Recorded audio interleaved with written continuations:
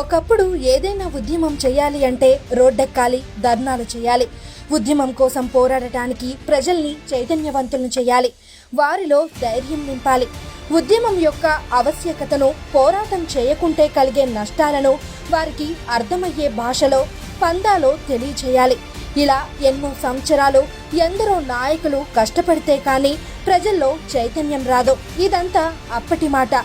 ఇప్పుడు ఆ పరిస్థితులు లేవు. ఉద్యమం కోసం ప్రపంచంలో ఎక్కడి నుంచైనా డిజిటల్గా ఉద్యమించొచ్చని నిరూపించారు ఈ తీన్మార్ మల్లన్న. బహుశా ఇప్పుడు తెలంగాణలో ఇతని పేరు తెలియని వారుండరు.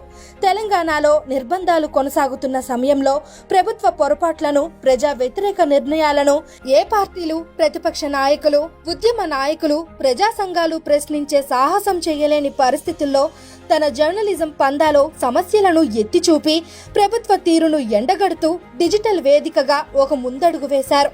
సక్సెస్ అయ్యారు కూడా. మొదట్లో ఆయన ఫాలో అవుతున్న పందా ఇంతలా సక్సెస్ అవుతుందని బహుశా తీన్మార్ మల్లన్న కూడా ఊహించి ఉండారు. ఒక్కడే ఆయన మొదలుపెట్టిన పోరాటం తెలంగాణలోని సామాన్యులకు చేరేలా చేసింది. ముఖ్యంగా నిరుద్యోగులకు ఆయన ప్రభుత్వంపై చేస్తున్న పోరాటానికి ఎన్ని కేసులు పెట్టినా, అరెస్టులతో ప్రభుత్వం బెదిరించాలని ప్రయత్నించినా భయపడకుండా తాను నమ్మిన సిద్ధాంతం కోసం వెనుకడుగు వేయని పోరాట స్ఫూర్తిపై మల్లన్న ఎనలేని అభిమానం పెరిగేలా చేసింది.